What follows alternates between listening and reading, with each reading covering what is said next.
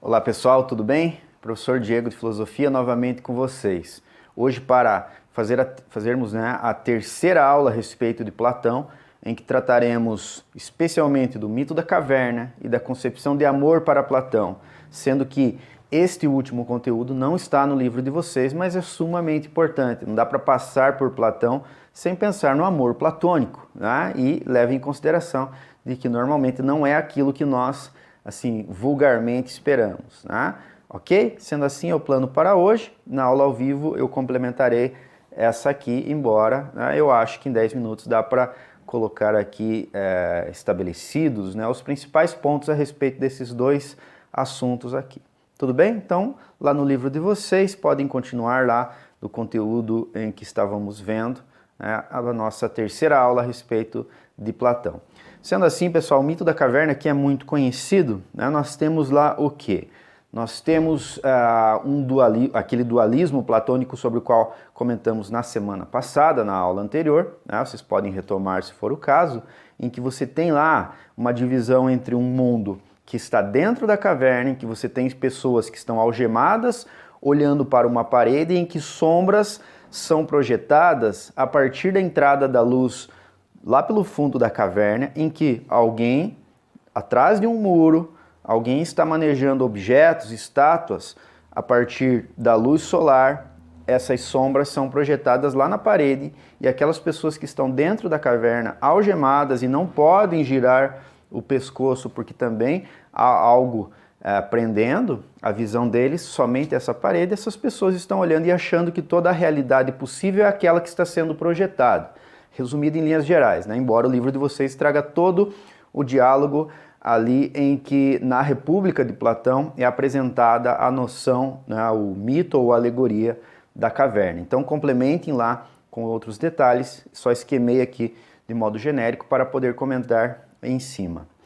Este mito aqui coloca em oposição, então, um mundo de sombras, um mundo falso, então, um mundo que parece, mas que não é, que está dentro da caverna e que por acaso é esse aqui em que nós estamos nesse momento, em que todo o nosso aparato sensorial está preparado, então, para olhar para as sombras a partir, então, do aspecto sensorial, dos nossos 5 sentidos. Por outro lado, há um outro mundo de luz que está fora da caverna. E existe um sujeito que sai das algemas, consegue se desvencilhar, sai da caverna e contempla o mundo verdade, o mundo de pura luz. Ok? É claro, ele precisa de um tempo de adaptação, só que ele não vai ficar lá fora. Ele precisa retornar para a caverna e agora comunicar àquelas pessoas de que existe um mundo verdade lá fora. Esse sujeito que sai e que volta é o filósofo. É o sujeito, então, que conseguiu chegar ao mundo inteligível, ok? É o mundo das ideias, é o mundo das formas, é o mundo suprassensível, aquele que está fora da caverna. Sendo assim, esse sujeito não é que ele fica agora lá no bem bom, ele precisa retornar e comunicar àqueles que nunca viram a luz que tudo aquilo que eles viram até então é uma mentira. Ou seja, que há algum tipo de alienação naquelas pessoas, alienação no sentido moderno, tá? Embora o Platão não utilize essa palavra, é só para a compreensão de vocês, ok?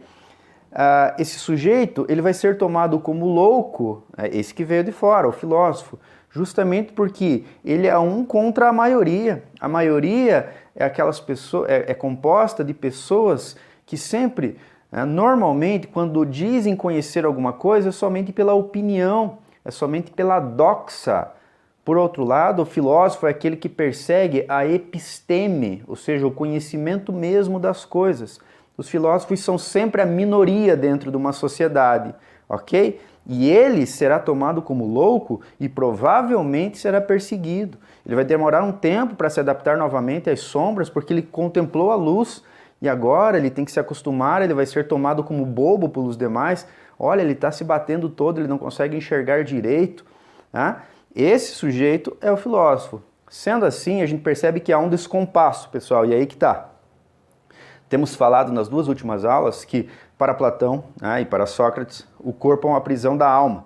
Ou seja, há algo errado aqui. Parece que nós temos um princípio que é indeterminado, que é a alma, e estamos nesse corpo que é determinado, que é limitado. Um princípio ilimitado dentro de um corpo limitado. Há sempre um descompasso, e esse descompasso é explorado justamente na oposição, nesse dualismo entre luz e sombra, ok? Nesse chiaroscuro, para pegar aquela expressão dos pintores italianos ali renascentistas, né? Um chiaroscuro, justamente porque há uma oposição aqui, em que a luz é o princípio de bem e a sombra é a ausência de luz. Ou seja, a sombra não tem consistência própria, ela é simplesmente ausência de luz. É ausência de bem, ou seja, o mal é ausência de bem. Isso é bem importante mesmo, pessoal. Para definir o mal, Santo Agostinho vai definir exatamente isso. O que é o mal? É a ausência de bem, não tem substância própria, ok?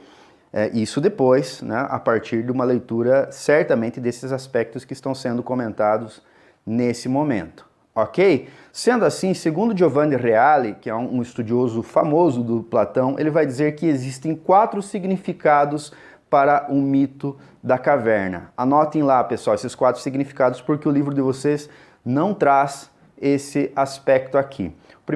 O primeiro significado, né, para o mito da caverna é que existem graus de realidade, graus da realidade ali transpostos neste mito da caverna. Como assim, professor? Existe um grau da realidade que é aquele dos sujeitos que estão olhando para as sombras a partir do aspecto sensorial. Existe esse elemento da barreira, do muro, que impede um mundo do outro, ou seja, existe uma divisão, né, uma oposição entre o mundo sensível e o mundo suprassensível.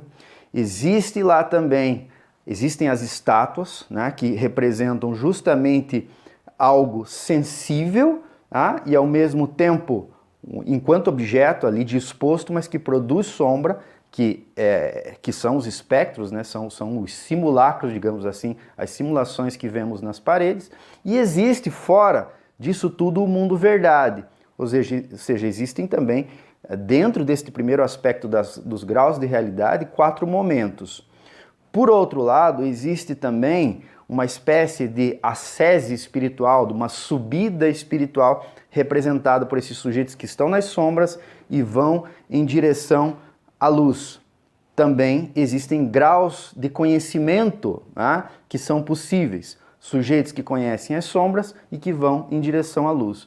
E o último aspecto salientado pelo Giovanni Reale é que existe uma questão política aqui. Esse sujeito que volta do mundo verdade, o filósofo, ele é o rei filósofo, que na República é a noção fundamental.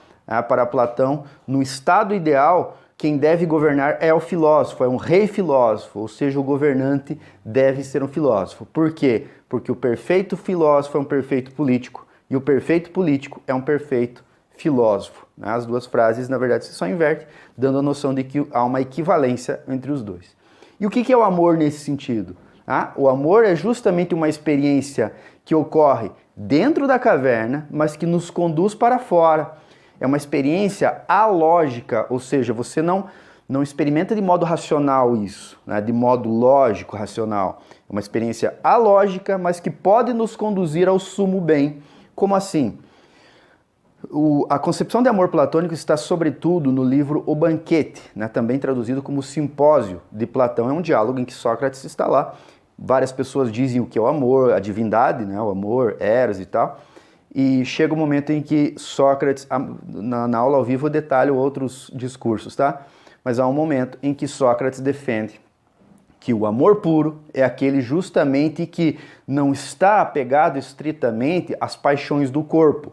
Então, quando o amor para nós, aqui no mundo sensível, que é o mundo de dentro da caverna, se associa diretamente a questões ligadas ao corpo, à fruição corporal, aos prazeres do corpo, este amor não nos diviniza, porque nós abraçamos as sombras para juntar uma ideia a outra.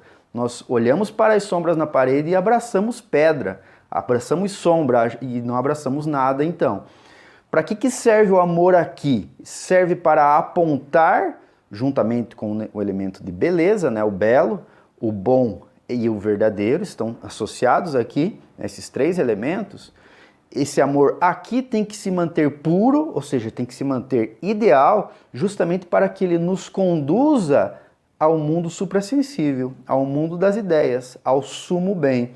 Ou seja, esse amor aqui, exatamente como acontece na Divina Comédia, tá? Dante, o que acontece com Dante? Ele passa por inferno, purgatório e paraíso atrás de uma moça chamada Beatrice, a Beatriz, e quando termina essa jornada aqui, onde que ele está? Ele está diante do próprio Deus, da própria divindade, né? Então, por isso que a Divina Comédia, né? A comédia é um final feliz, como eu expliquei para vocês lá no comecinho do ano. Ou seja, é um amor que diviniza, que leva para o céu. Tá? Esse cristianismo aqui do Dante tem muita influência do Platão. Por isso que eu deixei aqui do ladinho, né? Para que vocês associem uma coisa a outra. A concepção de amor platônico é um amor que, se for realizado corporalmente, aqui não diviniza, pelo contrário, nos rebaixa. Se for purificado e idealizado, nos leva para o céu. Ok, pessoal? Bonito, né? Isso aqui vai ter uma influência enorme na poesia ocidental, em especial no Camões, tá? Sobre o qual comentarei na aula ao vivo. Sendo assim, agradeço a atenção, um forte abraço e até logo.